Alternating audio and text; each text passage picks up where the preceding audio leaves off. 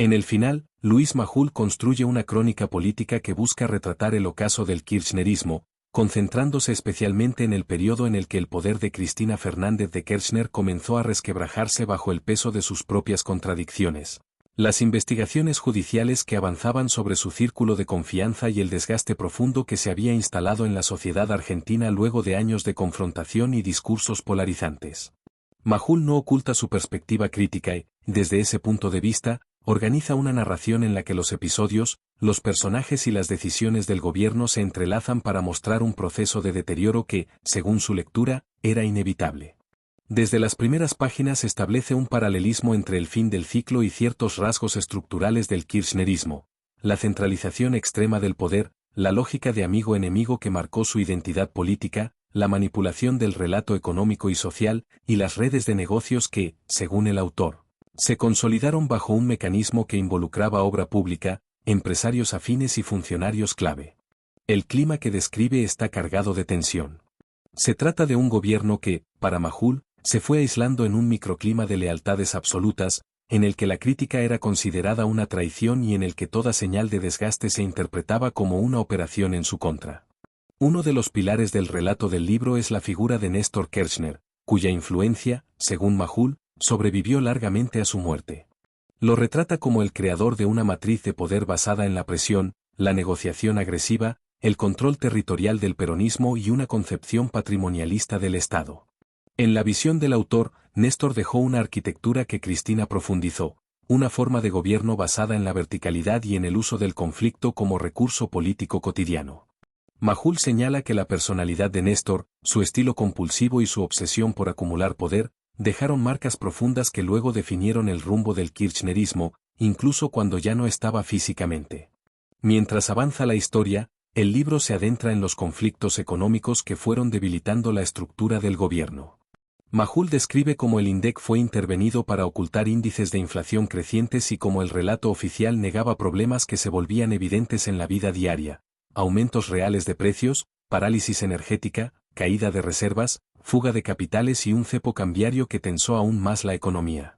Para el autor, estas medidas eran síntomas del agotamiento de un modelo que había vivido de la expansión fiscal y del viento internacional favorable, pero que ya no podía sostenerse.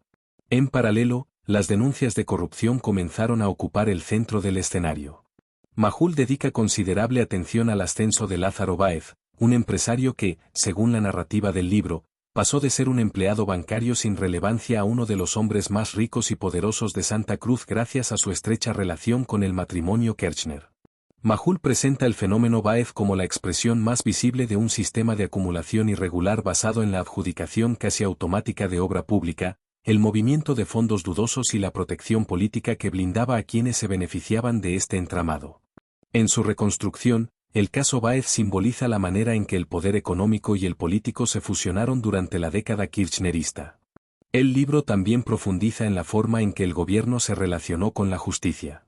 Para Majul, esa relación estuvo marcada por presiones explícitas, operaciones mediáticas y una estrategia que buscaba asegurar impunidad para el círculo íntimo.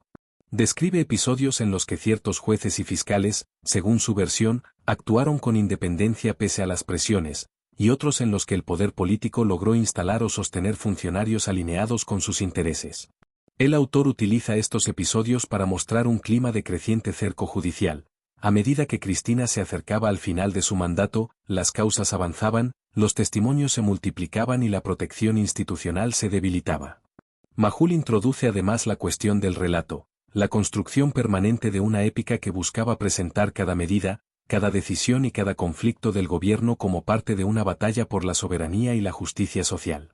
Según el autor, ese relato comenzó a fracturarse cuando la distancia entre la historia oficial y la experiencia cotidiana de la sociedad se volvió insostenible.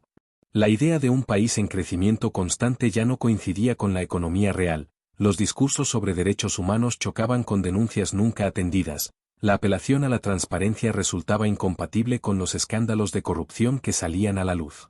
Hacia el final de la segunda presidencia de Cristina, Majul describe un clima de encierro político.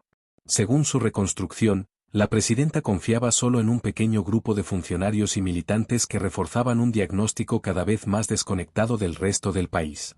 El autor narra cómo las cadenas nacionales aumentaban en frecuencia y cómo el tono confrontativo se intensificaba cada vez que surgía una crítica, un fallo judicial adverso o un informe periodístico comprometedor. Las internas dentro del kirchnerismo también aparecen en escena, la disputa entre sectores más tradicionales del peronismo y los más ideologizados, el avance de la cámpora y el malestar de gobernadores e intendentes que veían que el proyecto ya no respondía a las necesidades territoriales. En ese contexto, el libro retrata la aparición de Mauricio Macri como alternativa política. Majul describe cómo el candidato opositor consolidó una figura pública centrada en la idea de normalidad, en contraste con la tensión y el dramatismo constante del relato kirchnerista. Según el autor, la campaña de 2015 no fue solo una competencia electoral, sino la expresión de un hartazgo social con la confrontación. Presenta las elecciones como un plebiscito entre dos climas, el agotamiento del conflicto permanente y el deseo de un país más previsible. Cuando finalmente se produce el triunfo de Macri, Majul lo presenta como el momento simbólico que marca el verdadero final del ciclo kirchnerista. Sin embargo, advierte que el cierre electoral no resolvía las cuestiones de fondo, el avance de las causas judiciales contra funcionarios y empresarios, la aparición de pruebas que habían estado ocultas durante años, la reconfiguración del peronismo y la incertidumbre sobre el rol que jugaría Cristina fuera del poder.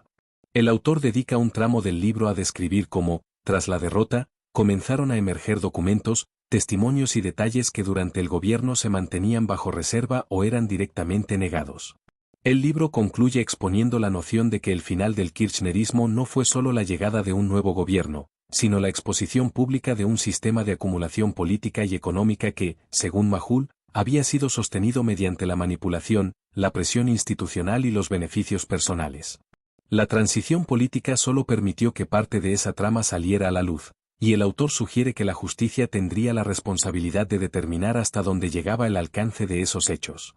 Así, Majul cierra la obra trazando una línea entre una etapa marcada por el conflicto, el secretismo y la concentración del poder, y otra que prometía transparencia y previsibilidad, aunque no exenta de desafíos.